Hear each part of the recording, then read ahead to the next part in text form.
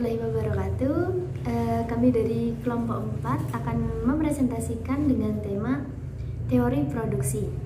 Yang pertama, konsep dasar dari teori produksi yaitu memproduksi output pada tingkat tertentu sesuai dengan permintaan pasar dengan biaya produksi seminimum mungkin. Oke, dalam hal ini bisa kita gambarkan dengan hal yang terjadi sekarang ini. Katakanlah dalam masa pandemi ini permintaan pasar itu sangat-sangat meningkat di bagian masker, di penjualan masker. Jadi di sini perusahaan-perusahaan kecil tentu dia akan mengejar target itu sesuai dengan permintaan pasar yang ada sekarang, yang lagi rame-ramenya di pasar, yaitu masker. Nah, jadi perusahaan itu dia akan memproduksi masker-masker yang diminati di pasaran sekarang. Jadi masker-masker yang trendy, yang banyak dipakai oleh masyarakat, yang tidak hanya sebagai kebutuhan khusus melainkan sudah merambah ke fashion. Ini menjadi peluang terbaik bagi desainer-desainer, bagi perusahaan kecil untuk dia terus memproduksi masker dengan budget yang seminimum mungkin, namun dapat diterima di pasaran dengan harga yang cukup lumayan melonjak tinggi. Yang kedua yaitu pengertian dari teori produksi. Teori produksi itu merupakan pembelajaran yang mengenai suatu proses ekonomi untuk mengubah faktor-faktor produksi atau input menjadi hasil produksi atau output. Nah, outputnya inilah yang akan dipasarkan ke masyarakat atau ke konsumen sesuai dengan kebutuhan konsumen, sesuai dengan permintaan pasar yang dibutuhkan sekarang ini. Ada 3 aspek produksi. Yang pertama, kuantitas barang atau jasa yang akan dihasilkan.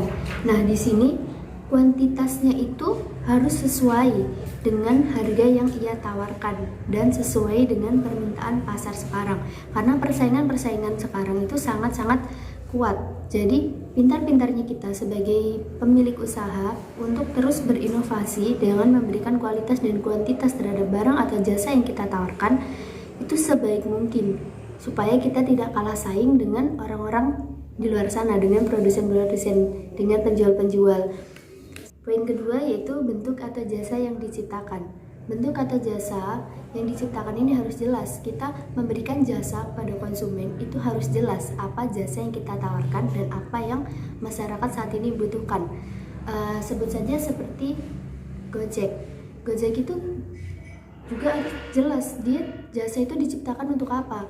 Untuk antar jemput orang, untuk pesan makanan, atau untuk go clean, atau untuk apa, itu harus jelas. Nah, kalau misalkan jasa yang ada, katakanlah misalkan ada sebuah pamflet atau penawaran aplikasi terbaru yang menawarkan dia adalah jasa gitu, tapi dia nggak jelas jasanya ini untuk apa, untuk di bidang apa. Nah, kalau nggak jelas kayak gitu kan akhirnya konsumen pasti masih ragu untuk memakai aplikasi tersebut sebagai pengguna jasanya. Dan yang ketiga, distribusi temporal atau spasial dari barang atau jasa yang dihasilkan. Lagi-lagi jasa atau barang yang dihasilkan itu memang harus sesuai dengan kebutuhan masyarakat, dia jelas untuk apa, dan memang yang lagi sangat-sangat dibutuhkan oleh masyarakat. Itu yang paling penting. Kenapa? Karena kalau kita menciptakan barang atau jasa tapi tidak sesuai dengan kebutuhan yang ada di masyarakat sekarang, itu tidak akan ada gunanya atau bahkan tidak akan ada peminatnya sama sekali, dan itu juga akan merugikan perusahaan sendiri. Berikutnya, proses dari suatu produksi dapat digambarkan sebagai kegiatan yang meningkatkan kesamaan antara pola permintaan barang atau jasa dan kuantitas, bentuk ukuran, panjang, dan distribusi barang atau jasa yang tersedia bagi pasar. Nah, jadi kalau suatu perusahaan itu memproduksi suatu barang, tentu dia harus jelas permintaan dari pasar itu apa yang diminta, apa yang diinginkan oleh pasar, terus apa yang lagi digandrungi oleh masyarakat, yang lagi tren di kalangan masyarakat, terus apakah barang dan jasa yang kita tawarkan itu sesuaikah dengan harga, dan kalau dibandingkan harga dan kuantitasnya itu sesuai atau tidak. Jadi produsen itu akan memproduksi suatu barang yang estetik pasti, kualitasnya pasti, dan yang pasti ada ukuran-ukuran tersendiri yang nanti akan disesuaikan sendiri oleh konsumennya atau pembelinya. Jadi yang berikutnya adalah keputusan produksi. Salah satu tugas manajer adalah membuat keputusan tentang banyak hal di dalam perusahaannya. Jadi manajer produksi itu dia yang membuat keputusan-keputusan apa yang akan dikerjakan oleh karyawan-karyawannya nanti, oleh bawahannya nanti. Nah, kalau dari manajernya sendiri dia tidak punya kebijakan, tidak punya program kerja, maka perusahaan ini juga tidak akan tahu mau dibawa kemana arahnya, apa yang mau diproduksi, apa yang mau ditawarkan ke masyarakat. Kalau manajernya sendiri dia tidak punya planning ke depannya mau seperti apa. Jadi seorang manajer ini juga harus mampu memberi keputusan yang terbaik untuk perusahaannya tersebut, karena dia adalah seorang pemimpin.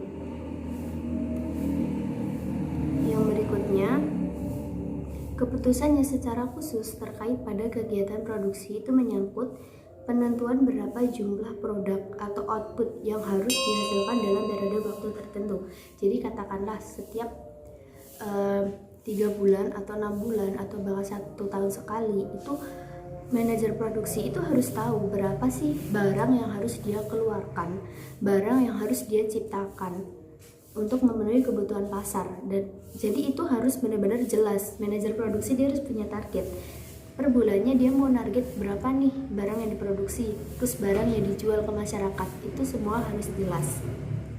Berikutnya, berapa banyak masing-masing faktor produksi seperti bahan mentah, tenaga kerja, mesin, dan sebagainya yang akan digunakan untuk menghasilkan tingkat suatu produksi.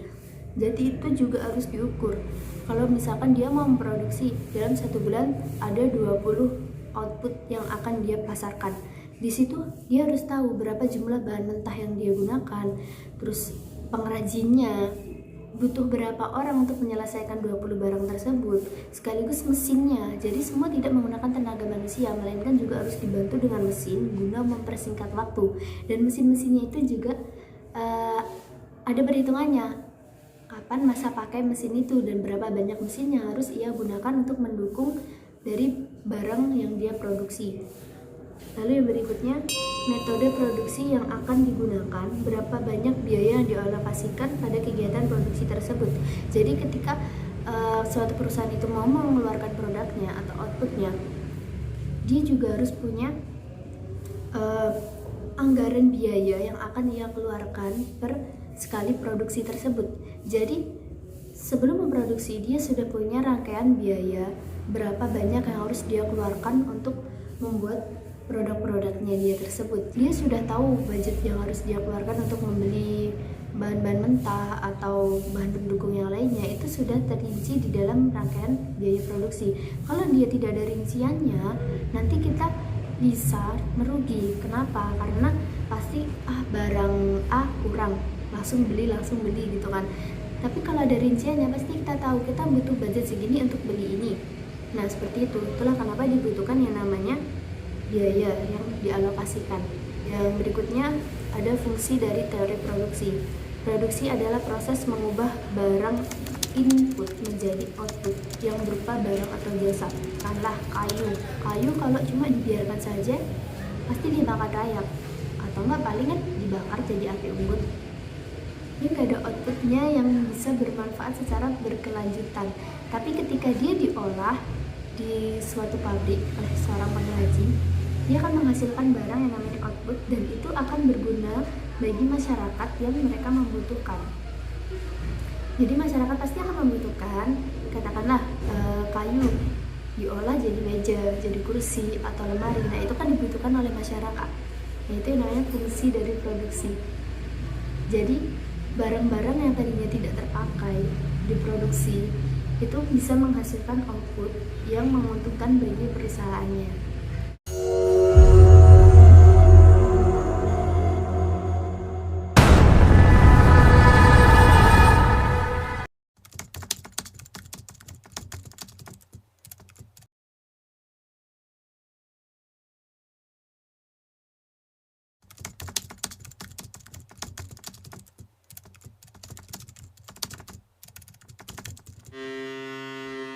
Input merupakan sumber-sumber daya yang digunakan dalam memproduksi barang atau jasa.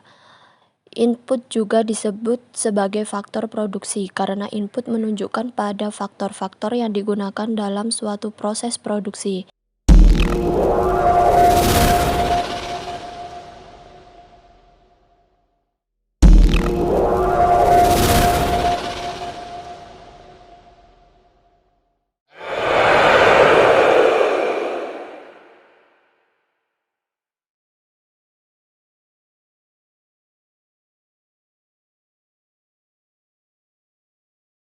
Modal: setiap benda atau alat yang digunakan untuk menghasilkan barang atau jasa ataupun dapat digunakan dalam proses produksi.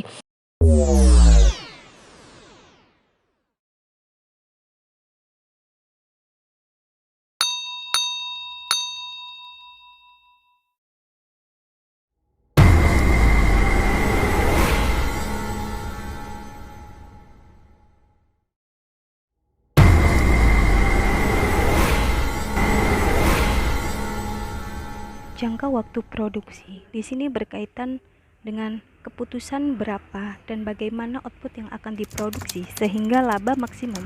Itu bergantung kepada jangka waktu pengambilan keputusan, karena di sini keputusan untuk memaksimumkan laba dalam 3 bulan mendatang itu pasti berbeda dengan keputusan untuk mencapai laba maksimum untuk 3 tahun ke depannya.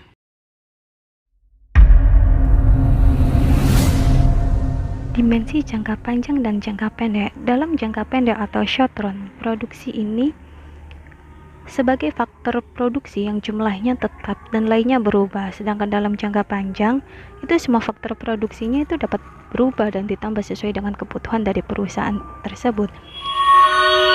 Dalam jangka panjang atau long run dan sangat panjang, very long run, semua pada faktor produksi itu sifatnya variabel, dapat berubah, perusahaan dapat menambah ataupun bisa mengurangi produksinya. Produksi yaitu dalam jangka panjang atau long run dan sangat panjang, very long run, semua faktor produksi itu bersifat variabel. Perusahaan dapat menambah atau mengurangi mesin produksinya, karena dalam hal ini konteks manajemennya itu berkaitan dengan ukuran waktu yang kronologis.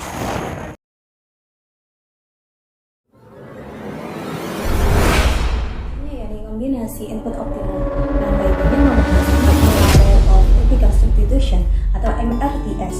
Dalam hal ini merupakan perbandingan antara MPL dan NPK, yaitu perbandingan antara jumlah tenaga kerja dengan jumlah banyaknya modal. MRTS dalam kaitannya merupakan suatu kondisi di mana perusahaan dapat menggantikan satu unit tenaga kerja dengan jumlah unit input lainnya untuk mendapatkan output yang sama. Ini dimisalkan dalam sebuah perusahaan, yaitu roti. Ketika perusahaan memiliki 50 tenaga kerja dan memiliki mesin jumlahnya 10 untuk menghasilkan produk 1000 unit dalam waktu 1 hari. Maka dalam hal ini bila mesinnya dapat ditambahkan 3 dengan jumlah 13, namun dapat mengurangi karyawan sebesar 20 tenaga kerja. Jadi jumlah tenaga kerja 30 dengan jumlah mesinnya ada 13, namun dalam waktu 1 hari ia dapat memproduksi target hingga 1000 pieces roti.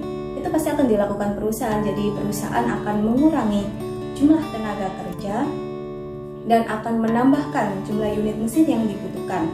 Nah, dalam kaitannya perusahaan juga akan meningkatkan kualitas dan juga meminimalisir pengeluaran yang harus dikeluarkan oleh perusahaan. Sekian dari kami, kurang lebihnya kami mohon maaf.